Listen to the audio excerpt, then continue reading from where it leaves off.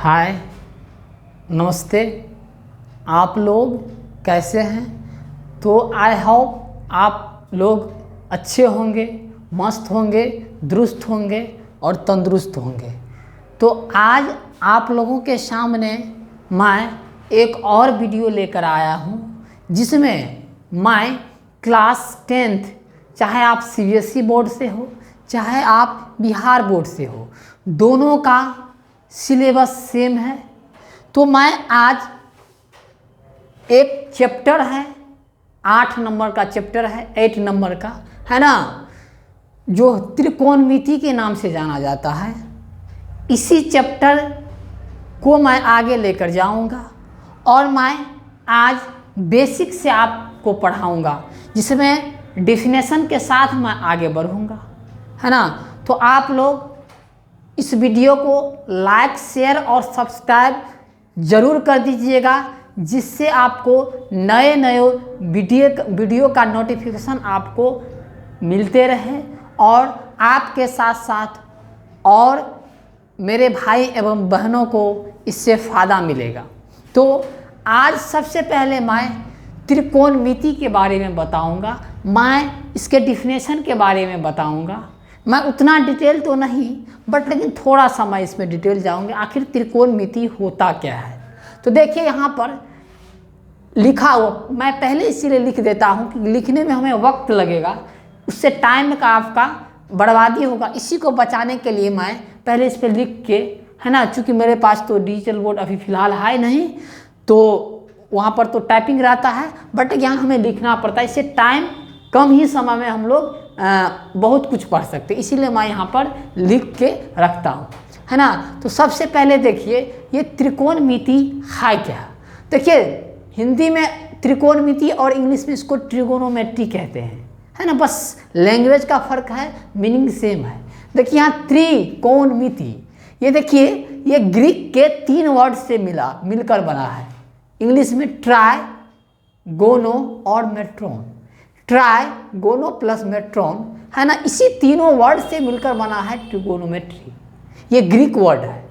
Try मतलब 3 होता है, मतलब 3, ये ग्रीक वर्ड है ट्राई। गोनो मतलब एंगल होता है, ये गोनो आपका ग्रीक वर्ड है, जिसका इंग्लिश मीनिंग होता है एंगल होता है। और उसके बाद एक मेट्रोन है ना, जिसका मीनिंग होता है मेजरमेंट। और इसी को हिंदी में अगर आइए तो त्रिकोणमिति मतलब त्रि मतलब 3, कोण मतलब कोण ही होता है, और यहाँ पर मिति मतलब माप होता है ना। तो इसका मतलब हुआ कि त्रिकोणमिति में तीनों कोण की माप के बारे में हम लोग पढ़ेंगे। क्या पढ़ेंगे? तीनों कोण की माप के बारे में पढ़ेंगे, साथ साथ और उससे रिलेटेड, है ना, उसके भुजाओं के बारे में भी पढ़ेंगे, है ना। तो ये आपका क्या हुआ? त्रिकोणमिति, यही 3 वर्ड से मिलके त्रिकोणमिति बना है। तो समझिए यहाँ हम परिभाषा एक छोटा सा डिफिनेशन लिखाए हैं। क्या है देखिए, trigonometry is that branch of mathematics, है ना, इन विच, ट्रिगोमेट्री क्या है? गणित की वैसी शाखा है या वह शाखा है जिसमें इन विच स्टडी अबाउट साइड, जिसमें क्या करते हैं? उसके साइड के बारे में पढ़ते हैं। ऑफ ट्रायंगल, है ना, ट्रायंगल के साइड के बारे में पढ़ते हैं। मेजरमेंट ऑफ एंगल्स, है ना, क्या करते हैं? एंगल के मेजरमेंट के बारे में पढ़ते हैं, उसको मेजर करते हैं, और उससे एंड रिलेटेड देयर प्रॉब्लम, और उनको क्या, उससे संबंधित प्रश्नों का भी हम लोग क्या करते हैं? अध्ययन करते हैं। हिंदी में लिखे हैं कि त्रिकोणमिति गणित की वह शाखा है जिसमें त्रिभुज के भुजाओं, कोणों की माप तथा उनसे संबंधित समस्याओं का अध्ययन किया जाता है। उसे ही हम लोग क्या कहते हैं? त्रिकोणमिति कहते हैं। ये त्रिकोणमिति बहुत ही इंटरेस्टेड चैप्टर है ना। इनमें हम लोग बहुत सारा कुछ पढ़ेंगे, है ना। इसमें बिहार बोर्ड में ये आप अगर हाइट एंड डिस्टेंस को अगर 5 नंबर मान ले, ये उसी के अंदर आता है, तो ये त्रिकोणमिति टोटल आपको 20 नंबर का पूछा जाता है, उसमें हाइट एंड डिस्टेंस भी है। इसी प्रकार सीबीएसई में आपको 15 मार्क्स का पूछा जाता है। ये आपको बहुत ही इम्पोर्टेंट चैप्टर है आपके 10th के लिए भी, क्योंकि ये आपका 20% नंबर दे के जाएगा। और आपको है ना आगे जो आप लोग पढ़िएगा 11 12 ये आपका क्या है, मैथ का कहिए एक रीढ़ का हड्डी समझिए, है ना। इनके बिना आप आगे कुछ भी नहीं कर सकते। एक ऐसा सब्जेक्ट है, ऐसा एक टॉपिक है जो आप फिजिक्स पढ़िए चाहे आप केमिस्ट्री पढ़िए, सब में आपका त्रिकोणमिति का यूज किया जाता है। तो देखिए आगे हम इसके बारे में हम लोग पढ़ते हैं। तो इसके बाद हम लोग जो पढ़ते हैं वो सबसे पहले समकोण त्रिभुज के बारे में पढ़ लेते हैं। तो समकोण त्रिभुज के बारे में आप लोग पढ़े भी होंगे, लेकिन मैं क्या करता हूँ फिर से रिवाइज कर देता हूँ कि आपको कोई तकलीफ न होगा। आप क्या पढ़े हैं नहीं पढ़े हैं इससे कोई मतलब नहीं है। मैं आपको सारा चीज़ यहाँ पर मेंशन करूँगा जो चीज़ आपको आवश्यकता होगी। तो समकोण त्रिभुज के बारे में आप लोग जानते भी होंगे, है ना। तो क्या होता है, जिस त्रिभुज का एक कोण समकोण अर्थात 90 डिग्री हो उसे क्या कहते हैं, समकोण त्रिभुज कहते हैं। इसी को इंग्लिश में कहते हैं राइट एंगल ट्रायंगल कहते हैं। राइट एंगल ट्रायंगल क्या होता है, ए ट्रायंगल है ना in which one angle is right angle. क्या होगा, वन एंगल मतलब एक एंगल, राइट एंगल मतलब क्या, दैट इज 90 डिग्री। मतलब जिस ट्रायंगल में एक एंगल 90 डिग्री होगा, राइट एंगल होगा, उसे ही कहते हैं राइट एंगल ट्रायंगल। तो देखिए इस फिगर के माध्यम से आपको मैं बताता हूं कि ये आपका क्या है, ए बी और सी। अगर आप देखें, मैं इसको बी रखता हूं और इसको सी रखता हूं, तो देखिए अगर मैं इसको कहूँ 90 डिग्री तो ये आपका क्या हुआ, राइट एंगल ट्रायंगल होता है। अब देखिए इस राइट एंगल ट्रायंगल की बात अगर हम कहें तो इसमें 3 साइड होता है और इस तीनों साइड का मेंशन हम लोग करेंगे कि किसको क्या कहेंगे। यहाँ पर आपको समझना जरूरी है, क्योंकि नॉर्मल ट्रायंगल की अगर बात करें तो उसमें हम नहीं बात करते हैं साइड की, तीनों साइड को लगभग आपका नाम अलग अलग नहीं दिया जाता है। बट लेकिन ये राइट ट्रायंगल एक स्पेशल ट्रायंगल है ना, इसमें सबका नामकरण अलग अलग है, नेम अलग अलग है। तो देखिए इसका नाम क्या होगा, तो देखिए ये 90 डिग्री है ना, तो 90 डिग्री के सामने वाला जो साइड होगा है ना, वो क्या होगा, उसको कहते हैं कर्ण, हिंदी में कर्ण कहते हैं, है ना, और इंग्लिश में इसको कहते हैं हाइपोटेनस।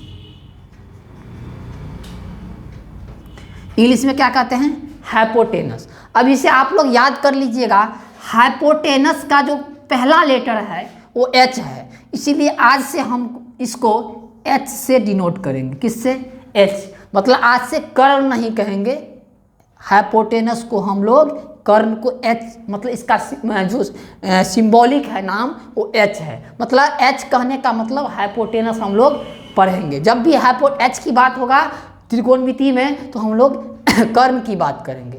बाकी देखिए हम लोग वैसे भी जानते हैं, इसको सी रखेंगे। ऐसे भी हम लोग जानते हैं कि जो नीचे वाला कोई चीज़, अगर कोई मकान है तो उसका नीचे वाला चीज़ को क्या कहते हैं, बेस कहा जाता है नहीं, आधार, है ना। तो बताइए ये ट्रायंगल जो है उसका नीचे वाला भाग क्या होगा, बेस होगा। क्या होगा, बेस, मतलब जिसको हिंदी में आधार कहते हैं। क्या कहते हैं, आधार। इसको इंग्लिश में बेस लिखते हैं और इस बेस का पहला लेटर बी है, इसलिए आज से हम लोग बेस का मतलब है ना, इसका नामकरण, इसका शॉर्ट फॉर्म में हम लोग बी कहेंगे। आधार को क्या कहेंगे, बी कहेंगे। और एक होता है आपको, ये आपका लंब होता है। क्या होता है, लंब होता है। और लंब का जो इंग्लिश होता है वो परपेंडिकुलर होता है, परपेंडिकुलर। देखिए इसका पहला लेटर आपका पी है, इसलिए आज से हम इसको पी कहेंगे।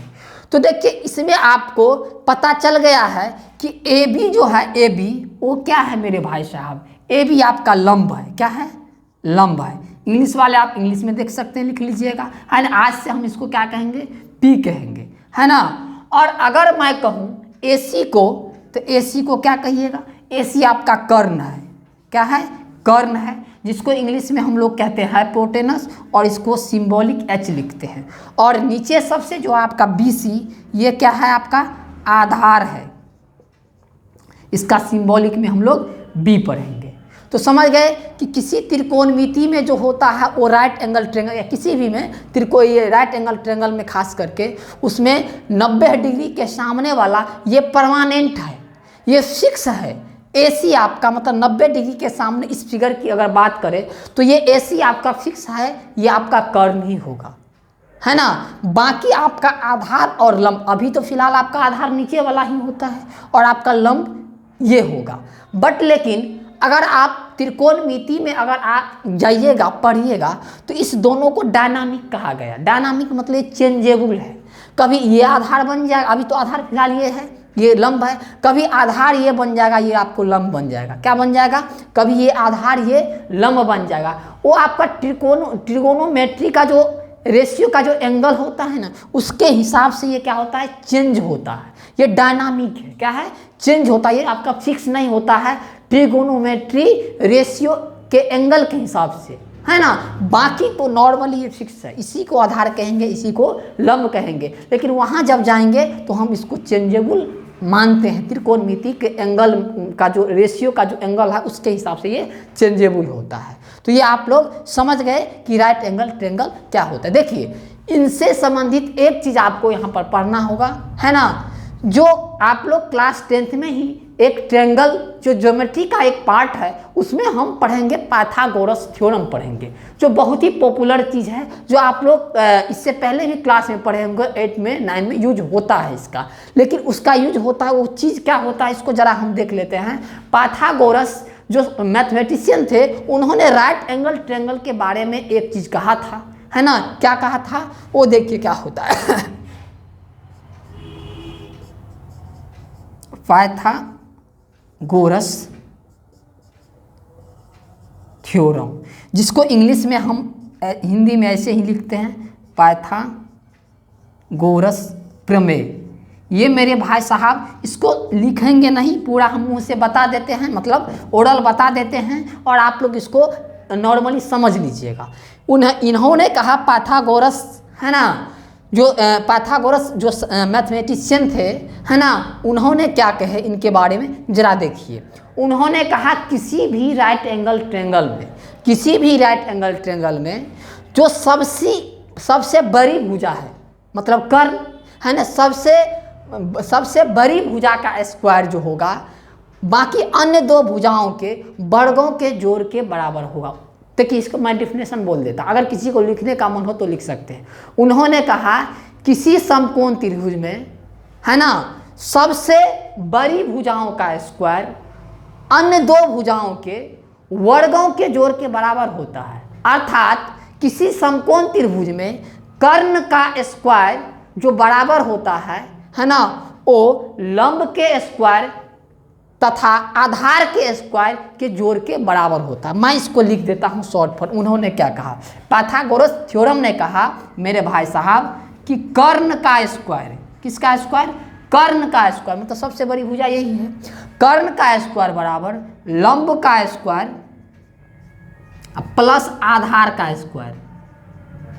इसको याद रखिएगा अच्छी तरह से, क्योंकि इसका हम लोग यूज करेंगे। कभी कभी आपको कर्ण दिया रहेगा, है ना, लंब दिया रहेगा और आधार निकालना पड़ेगा। कभी कभी आपको आधार लंब ही दिया रहेगा, कर्ण निकालना। इसको शॉर्ट में हम लोग लिखते हैं एच स्क्वायर बराबर पी स्क्वायर और प्लस आपको बी स्क्वायर। मतलब ये इसको आप लोग क्या कर लीजिएगा, है ना, याद कर लीजिए। यही कहा कौन, पाइथागोरस, जो बड़े मैथमेटिशियन थे, इन्होंने ही समकोण त्रिभुज में रिलेशन बताया था, कर्ण लंब तथा आधार का रिलेशन। इसी को हम क्या कहते हैं, पाइथागोरस थ्योरम कहते हैं। उन्होंने कहा कि कर्ण का स्क्वायर बराबर लंब का स्क्वायर, है ना, और आधार के स्क्वायर के जोड़ के बराबर होता है। तो जरा देखते हैं। देखिए, ये चीज़ आपका मेन है, इसको याद रखिएगा। तो देखिए, दिस इम्प्लाइज दैट अगर हम यहाँ पर h निकालें तो देखिए यहाँ पावर है 2, अगर पावर को मैं इधर करूँ तो ये हो जाएगा रूट। क्या हो जाएगा, रूट। मतलब अगर आपको h निकालना हो तो P square plus B square root under. इसी प्रकार अगर आपको क्या निकालना हो, पी निकालना हो, तो p जब भी निकालना हो, इसे पी स्क्वायर बराबर क्या होगा, H square minus B square. देखिए जरा गौर कीजिए ना, आपको पी स्क्वायर निकालना है तो बी स्क्वायर इधर कीजिएगा, तो इधर जब कीजिएगा तो H square minus B square हो जाएगा। है ना। तो हमने लिखा पी स्क्वायर, आप मैथमेटिक्स में इक्वेशन पढ़ेंगे उसी हिसाब से आप पी स्क्वायर का मान निकाल लीजिएगा, है ना। तो ये निकलेगा, और अगर आप पी निकालिएगा तो क्या होगा, H square minus B square इसका रूट अंडर, ठीक है। इसी प्रकार अगर मैं एक और फॉर्मूला आपके पास आया, ये भी एक अलग प्रकार का फॉर्मूला है, चलिए इसको नहीं अंडरलाइन करते हैं, इसको देख लीजिएगा एक बार, ठीक। अब देखिए इसी प्रकार आप पी ए हो जाएगा। इसी प्रकार आपका सिमिलरली अगर आपको बी कहे तो इसी प्रकार हो जाएगा सिमिलर, एच स्क्वायर बराबर, है ना, आपका पी स्क्वायर हो जाएगा रूट अंडर। मतलब अगर आपको एच निकालना हो तो P square plus B square root under, अगर आपको पी निकालना हो तो H square minus B square root under, और बी निकालना हो तो H square minus P square है।